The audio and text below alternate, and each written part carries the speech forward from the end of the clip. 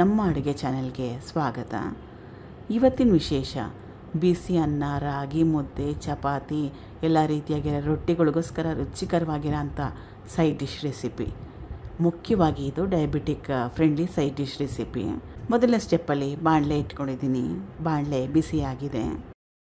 1 table ಸ್ಪೂನಷ್ಟು ಮೆಂತ್ಯ ಕಾಳು.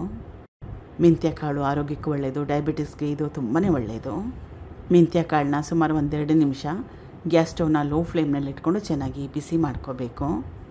2 ನಿಮಿಷ ಆದಮೇಲೆ ಹುರ್ಕೊಂಡಿರೋ ಮೆಂತ್ಯ ಕಾಳನ್ನ ಬೇರೆ ಪ್ಲೇಟಲ್ಲಿ ತೆಗೆದಿಡ್ತಾ ಇದ್ದೀನಿ. ಮತ್ತೊಮ್ಮೆ ಬಾಣಲೆ ಇಟ್ಕೊಂಡಿದ್ದೀನಿ.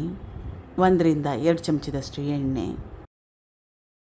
ಎಣ್ಣೆ ಬಿಸಿ ಆದಮೇಲೆ ಸಾಸಿವೆ ಮತ್ತು ಜೀರಿಗೆ ಎರಡೂ ಸಣ್ಣ ಚಮಚದಲ್ಲಿ ತಲಾ 1 ಚಮಚದಷ್ಟು.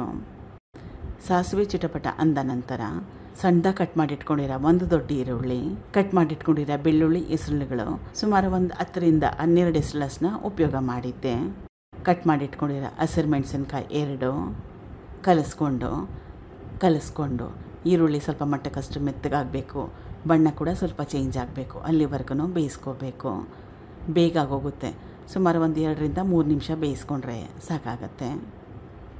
ಈಗ ಈರುಳ್ಳಿ ಚೆನ್ನಾಗಿ ಬೆಂದಿದೆ, ಮೆತ್ತಗಾಗಿದೆ, ಬಣ್ಣ ಕೂಡ ಚೇಂಜ್ ಆಗಿದೆ. ಕಟ್ ಮಾಡಿ ಇಟ್ಕೊಂಡಿರೋ 2 ಮೀಡಿಯಮ್ ಸೈಜ್ ನಾಟಿ ಟೊಮೆಟೊ, ಇದು ಸಣ್ಣದಾಗಿ ಕಟ್ ಮಾಡಿ ಇಟ್ಕೊಂಡಿರೋ ಕೆಂಪು ದಂಟಿನ ಸೊಪ್ಪು ಸುಮಾರು 3-4 ಹಿಡಿಯಷ್ಟಿದೆ. ಇದಕ್ಕೆ ಬದಲಾಗಿ ಮೆಂತ್ಯ ಸೊಪ್ಪು, ಪಾಲಕ್ ಸೊಪ್ಪು, ನುಗ್ಗೆ ಸೊಪ್ಪು, ಮೂಲಂಗಿ ಸೊಪ್ಪು, ಇದನ್ನು ಯಾವುದನ್ನು ಬೇಕಾದರೂ ಉಪಯೋಗ ಮಾಡ್ಬೋದು. ಮೆಂತ್ಯ ಸೊಪ್ಪು ಡಯಾಬಿಟಿಸ್ಗೆ ಒಳ್ಳೆಯದು. ಸೊಪ್ಪನ್ನ ಹಾಕೊಂಡ್ಮೇಲೆ 5 ನಿಮಿಷ ಹಾಗೆ ಬಿಡಿ. ಕ್ವಾಂಟಿಟಿ ಕಡಿಮೆ ಆಗುತ್ತೆ 5 ನಿಮಿಷ ಆದಮೇಲೆ. 5 ನಿಮಿಷ ಆದಮೇಲೆ ಮೊದಲೇ ಹೇಳ್ದಂಗೆ ಸೊಪ್ಪಿನ ಕ್ವಾಂಟಿಟಿ ಕಡಿಮೆ ಆಗಿದೆ. ಮೊದಲು ಕಲಿಸ್ಕೊಂಡ್ಬಿಡಬೇಕು. ಇದು ಬೇಯಿಸಿಟ್ಕೊಂಡಿರೋ ಹೆಸರು ಬೇಳೆ, ಸುಮಾರು 50 ಗ್ರಾಮ್ಸಷ್ಟು ಹೆಸರು ಬೇಳೆನ ಉಪಯೋಗ ಮಾಡಿದ್ದೆ. ಮೊದಲು ಹೆಸರು ಬೇಳೆನ ನೆನೆ ಹಾಕಿ ಅರ್ಧ ಗಂಟೆ ನೆನೆ ಹಾಕಿದ್ರೆ ಸಾಕಾಗುತ್ತೆ. ಆಮೇಲೆ ಕುಕ್ಕರಲ್ಲಿ 1-2 ಸೀಟಿ ಕೂಗಿಸ್ಕೊಂಡ್ರೆ ಸಾಕು. ಹೆಸರು ಬೇಳೆಗೆ ಬದಲಾಗಿ ಕಡಲೆಬೇಳೆ, ತೊಗರಿಬೇಳೆ ಯಾವುದನ್ನು ಬೇಕಾದರೂ ಉಪಯೋಗ ಮಾಡ್ಬೋದು. ಇದು ಮೆಂತ್ಯ ಕಾಳು ಹುರಿದಿಟ್ಕೊಂಡಿದ್ನಲ್ಲ, ಅದನ್ನು ತರ್ತರಿಯಾಗಿ ಪುಡಿ ಮಾಡಿ ಸೇರಿಸ್ಕೊತಾ ಇದ್ದೀನಿ. ಮೆಂತ್ಯ ಆರೋಗ್ಯಕ್ಕೆ ತುಂಬಾ ಒಳ್ಳೆಯದು.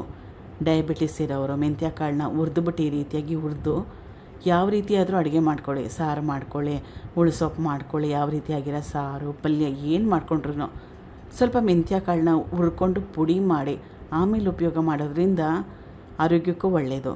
ಕಹಿ ಅಂಶ ಕೂಡ ಕಡಿಮೆ ಆಗುತ್ತೆ. ರುಚಿಗೆ ತಕ್ಕಷ್ಟು ಉಪ್ಪು,